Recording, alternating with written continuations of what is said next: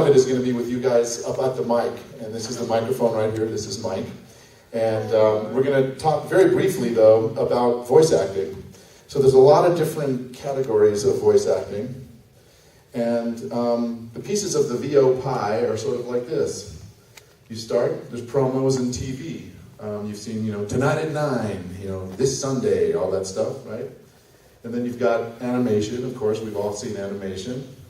We've got video games, like, oh yes, Dr. Cortex here from Crash Bandicoot. Also called interactive. Yeah, and commercials, you all hear, commercials for Southwest Airlines or things on TV, there's a voice actor talking.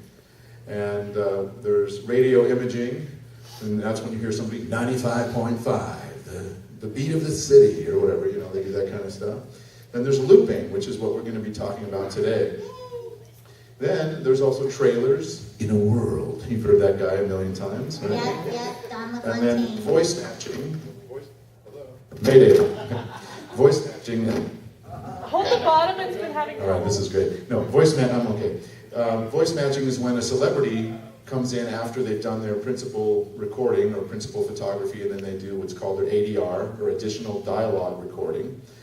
And then if they finish with that, and then the director makes some new choices, and the real actor, the big famous actor, doesn't want to come in for unless he's going to pay 200 grand or whatever, then what they'll do is they'll find a voice match for that actor, whether it be Sean Connery or whoever. They'll bring somebody in, and then they'll replace their voice in certain areas where they need to fix things. And Lex has voice match for Robert Downey Jr. in Iron Man, William Hurt in Lost in Space. Hundreds and hundreds and hundreds of them. John Travolta. And Jason Momoa for the new Aquaman. Yeah. A bunch of stuff. Then there's political campaigns. You hear all those. Every time it comes voting time, there's smear campaigns from each side on each other. Then there's live announcers. Ladies and gentlemen, please welcome Denzel Washington, or whatever. The Oscars, the Emmys, all the big shows. Then there's different than voice match is voice replace. And what that means is sometimes an actor will have a choice that they make on screen, and then when the director watches it, they'll go, I'd rather have a better performance, so let's get a voice actor in here, and then we'll replace his voice with a better actor. Sometimes it's just because, like in Lost in Space, I did a whole bunch of stuff in Lost in Space. It came out, 12 years ago, whatever it was, with Matt LeBlanc and William Hurt. And one of the guys at the control tower used a Russian accent for some reason, because he thought in the future we'd be chums with Russia. Little did he know. Anyway, so when the director watched that, he said, that's the only actor in my whole film who has an accent. And it stands out like a sore thumb, so let's replace him with no accent. So I ended up replacing him. When you watch that, it's the bald guy who is the control tower guy. Yeah, and also in Iron Man, there was an extra that had 1 or 2 lines, and his performance was not very good. So Lex came in and replaced him. Yeah. And then audiobooks. You've all listened to an audiobook or heard of an audiobook. And those are really popular now with all the different audio outlets. We've got anime. I think you're familiar with that. And last but not least, maybe not even last, but there's mobile apps. You'll often hear a voice in the mobile app when you're online. So today we're going to talk about a loop group. Does anybody who doesn't know what a loop group is? Let's put it that way. Quite a few of you. Okay, great. So when a director shoots a movie, they'll shoot several different angles of a scene. So let's say it's Arnold Schwarzenegger. He's talking to James Caan at a dinner table in a bar. And there's all these people behind them. There's people over at the bar on the right. There's a bunch of wait staff on the left. And they're shooting, first they shoot a wide shot. So you see both of the actors talking. And then they come in, they do that whole scene, and they come in for a tight shot of just Arnold. But behind him, there's people talking and other tables and things. And then they go over his shoulder to James Caan, and then you see that, and there's people behind him talking. But in reality, what's happening is when they're shooting each individual scene, the actors that are in the background, they're just miming. So they may be at the bar going, and they're doing this mime. Because if they didn't mime and they were actually speaking, every time the cut would go from the wide angle to the tight angle to the close-up or whatever, there'd be an audio discrepancy. It'd be like, you'd hear all these cuts of where the audio didn't match anymore. So a loop group is a group of actors. Most of the time it's between 6 and 20 actors that are brought in to be all of the environment that you see in any movie. So every movie you've seen, every Marvel film, every Star Wars film, every movie pretty much that you've seen, all the actors in the background are brought in to create that environment. The people who are actually on screen in the background are always miming.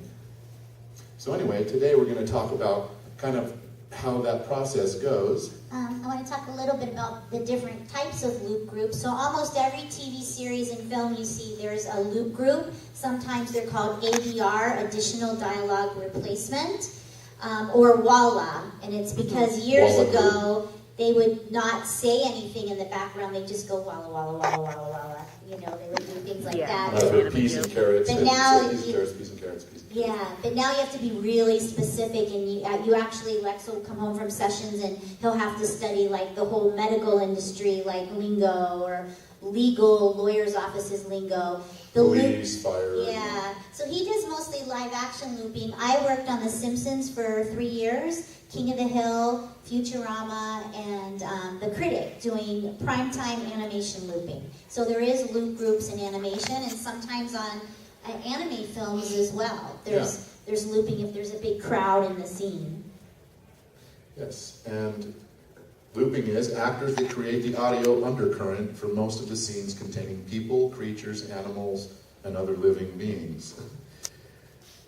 From background actors, incidental parts, voice replacements, sound-alikes, foreign languages, fight efforts, breaths, creatures, police radios, DJs, newscasters, anything you hear that's like that in a motion picture, that's a loop group. They do that. This first thing is called the bed.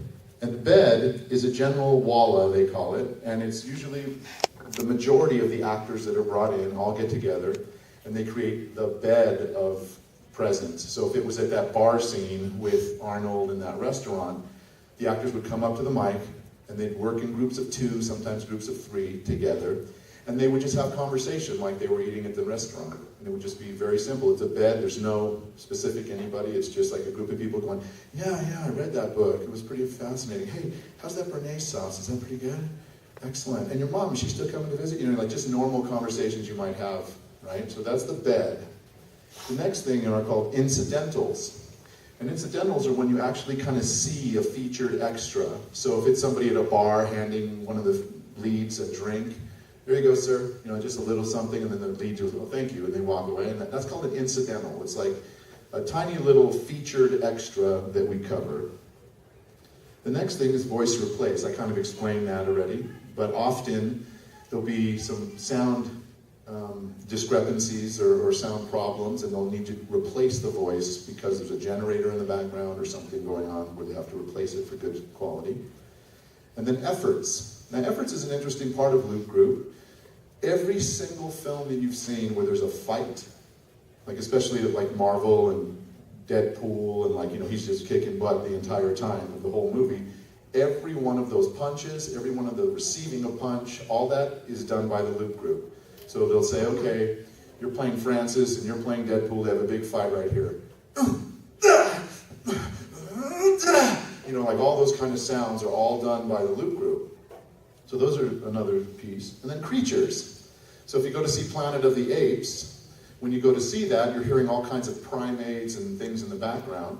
Those are a loop group. In fact, I worked on the last 2 Planet of the Apes, Rise of the Planet of the Apes and War for the Planet of the Apes, as the person we were 4 of us who did all the primates.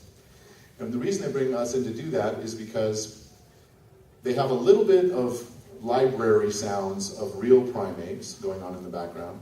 And then they've got the voice actors, not voice actors, the on-camera actors like Andy Serkis and these guys who are playing the main apes. And they have a certain way that they're representing the apes, the sound that they're making. But it's really quite far from the real apes. So they bring in a loop group to bridge that gap. They send us like 10 hours of ape sounds for us to learn. And then we go in the room and we're doing like,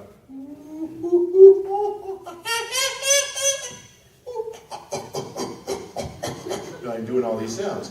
And so we do that, and for every time there's an ape in any single scene, we're covering every single ape in the entire thing. And we do that for creatures, all kinds of stuff in movies. I'm going to play you a quick video in a second. Yeah, let's do some voice acting. Okay, so I'm going to play you a quick video now of